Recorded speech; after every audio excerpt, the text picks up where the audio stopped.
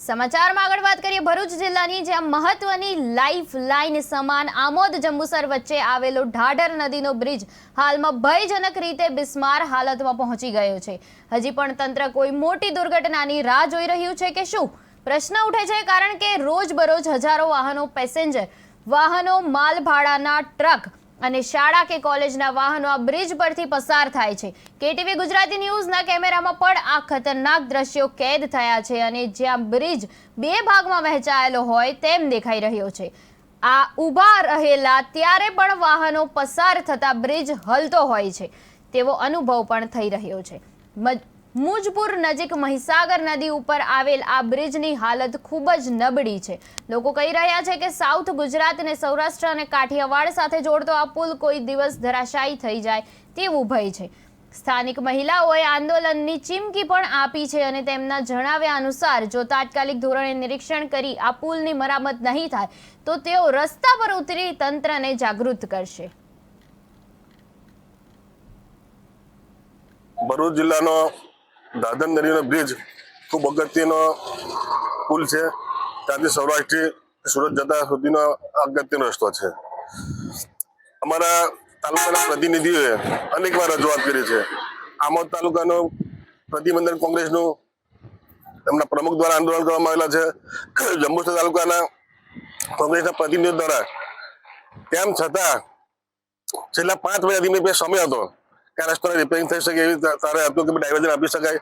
હાલમાં ડાયવર્ઝન આપવા માટે પણ કોઈ અત્યારે કે અમે આનું ટેન્ડર પાડવા પણ કાલે ટેન્ડર પાડવાનું છે। હું ધારાસભ્ય હતો ત્યારે પણ એની દરખાસ્ત તૈયાર થયેલી હતી। ત્યારે સરકારમાં બજેટ નહોતું, ત્યારે પણ અમે રજૂઆત કરી કે આ રસ્તો વહેલી તકે બને। દાદરપુર ટોટે કેટલાક લોકોનો જાન ના જાય। આજે જે અત્યાર સવારમાં ઘટના બની છે મહીસાગર પર, એ બ્રિજની અંદર કેટલા લોકોને ત્યાં જાન ગયેલા છે સત્તાવાર માહિતી નથી, પણ 3 થી 5 લોકો ત્યાં જાન ગયેલા છે। 5 લોકોને રેસ્ક્યુ કરવામાં આવેલા છે। આ નદીમાં તો એટલા બધા મગરો છે। કેટીવી ગુજરાતીમાં આપનું હાર્દિક સ્વાગત છે। હાલ ગુજરાતમાંથી સૌથી મોટા સમાચાર જે પ્રાપ્ત થયા છે, જે ગંભીરા બ્રિજની ઉપર જે મહીસાગર નદીનો બ્રિજ તૂટ્યો છે ત્યાં અનેક લોકોના મૃત્યુ થયા છે અને જે બ્રિજ ખૂબ જ જર્જરિત હતો, જેને લઈને ઘણા પ્રશ્નો અહીંયા આગળ ઉભા થઈ રહ્યા હતા। જ્યારે આમોદનો બ્રિજ, જે ઢાઢર નદીનો બ્રિજ છે, તે ગંભીરા બ્રિજ કરતા પણ ખરાબ તેની દયનીય પરિસ્થિતિ છે। ખૂબ જ જર્જરિત બ્રિજ છે। વારંવાર અહીંયા આગળથી સમાચાર બનાવવામાં આવે છે, પરંતુ અહીંયાનું જે તંત્ર છે, માર્ગ મકાન વિભાગ છે ભરૂચ, તેનું અહીંયા આગળ પેટનું પાણી હલતું નથી। જેવાની અંદર એક મુસાફર છે આપણી સાથે અહીંયા આગળ ઉપસ્થિત છે, તે બેનને આપણે પૂછીશું કે આ જે બ્રિજની જે દયનીય પરિસ્થિતિ છે તેને લઈને તમે શું કહેવા માંગશો બેન? હું છેલ્લા 20 વર્ષથી આ બ્રિજ પરથી અપડાઉન કરું છું। સતત મને આ પુલની ચિંતા થાય છે। ઘણી વખત કાયમ અહીંયા ટ્રાફિક પણ જામ થાય છે, કેટલી સમસ્યા સર્જાય છે। ક્યારેક અમારે જોબમાં જવા પણ મોડું થાય છે, ક્યારેક અમારા ઉપરી અધિકારીનું પણ સાંભળવું પડે છે। છતાં અમને એવો વિચાર આવે છે કે આપણા જંબુસર અને આમોદની પ્રજા જો જાગૃત થાય, આની અંદર કોઈ રાજકીય પ્રશ્ન નથી, પણ આ આપણો અંગત પ્રશ્ન એટલે કે સમાજનો અને લોકોનો પ્રશ્ન છે। તો આપણા બધા જ લોકો જાગૃત થાય અને આ પ્રશ્નનો હલ માટે કલેક્ટર શ્રીને તેમજ મુખ્યમંત્રી શ્રીને વિનંતી કરે અને વહેલામાં વહેલી તકે આ બ્રિજનું સમારકામ થાય અથવા તો નવો બ્રિજ મંજૂર કરવામાં આવે તો જ આ પુલની સમસ્યા હલ થશે। કારણ કે આજે એક મોટામાં મોટી દુર્ઘટના બની છે। કેટલા વાહનો ગંભીરા બ્રિજ કે જે બોરસદ જવા માટે લોકો જાય છે, ત્યાં 3-4 ગાડીઓ, ટ્રકો અંટવાઈ છે અને અંદર ખાબકી છે। તો આપણા માટે આ પ્રશ્ન થઈ પડે છે કે આપણે પણ બધા નાગરિકોએ જાગૃત થવાની જરૂર છે। હું રોજ આ બ્રિજ પરથી પસાર થાઉં તો મને એક વિચાર આવે છે કે આજે મારો દિવસ કેવો જશે, કારણ કે એટલો બધો મોટો ખાડો છે। આ રિપોર્ટર ભાઈએ પણ એક દિવસે પણ રિપોર્ટિંગ મૂક્યું હતું, છતાં પણ કોઈમાં જાગૃતિ આવી નથી। હું સતત લાઈવ રહું છું, જોઉં છું, એમને નિહાળું છું, ત્યારે મારી અંદર પ્રશ્ન જાગે છે શા માટે આવું કરે છે। લોકોએ જાગૃત થવાનું છે। આપણે એક જાગૃત નાગરિક છીએ, કારણ કે આપણે વોટ આપીએ છીએ તો આપણા નેતાઓએ પણ એક સારું કામ કરવું જોઈએ। આ મોટામાં મોટી હોનારત થશે ત્યારે બધા બધાને પસ્તાવો થશે કે પહેલા આપણે જાગૃત થયા હોત તો કેવું સર. આજે કેટલી તોતિંગ ટ્રકો અહીંથી પસાર થાય છે, કેટલી બધી કંપનીઓ આવેલી છે, માસરોડની, બધી બોરસદની, જંબુસરની, કાવીની, સારોદની જેવી કંપનીઓ જાય છે અને મોટા મોટા વાહન અહીંથી પસાર થાય છે, ત્યારે ગમે ત્યારે આ પુલ ખાબકવાની શક્યતા રહેલી છે. તો બધા પ્રજાએ જાગૃત થવું જોઈએ અને આંદોલન કરવું જ જોઈએ, હું તો એમ માનું છું. અને દરેક નાગરિકે પોતાની એક નૈતિક અને એક ફરજ સમજીને અંદર જોડાવવું જોઈએ. હું આટલું જ કહેવા માંગુ છું અને બધાએ હવે પછી જોડાઈને આ ઝુંબેશ ઉપાડવી જ જોઈએ. જય હિન્દ.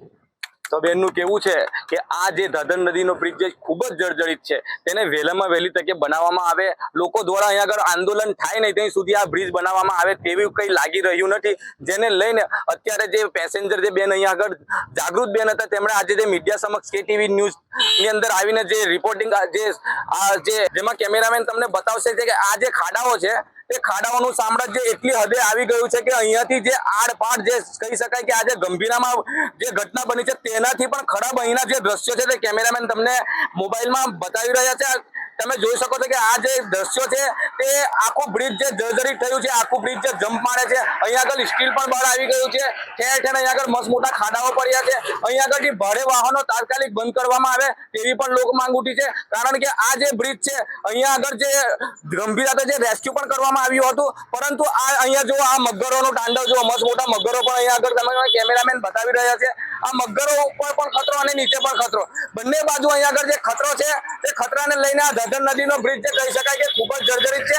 જેવાની અંદર આપણી સાથે અહીંયા આગળ આમોદ જંબુસર વિધાનસભાના માજી ધારાસભ્ય છે સંજયભાઈ સોલંકી પણ અહીંયા આગળ આવી પહોંચ્યા છે. તેમને પણ આપણે પૂછીશું કે આ બ્રિજને લઈને તમે ક્યાં અને ક્યારે રજૂઆતો કરી હતી તે આપણી સાથે અહીંયા આગળ સંજયભાઈ છે, તેમને પૂછીશું કે સંજયભાઈ આ બ્રિજને લઈને તમે ક્યારે રજૂઆતો કરેલી છે અને આ બ્રિજને વિશે તમે શું કહેશો?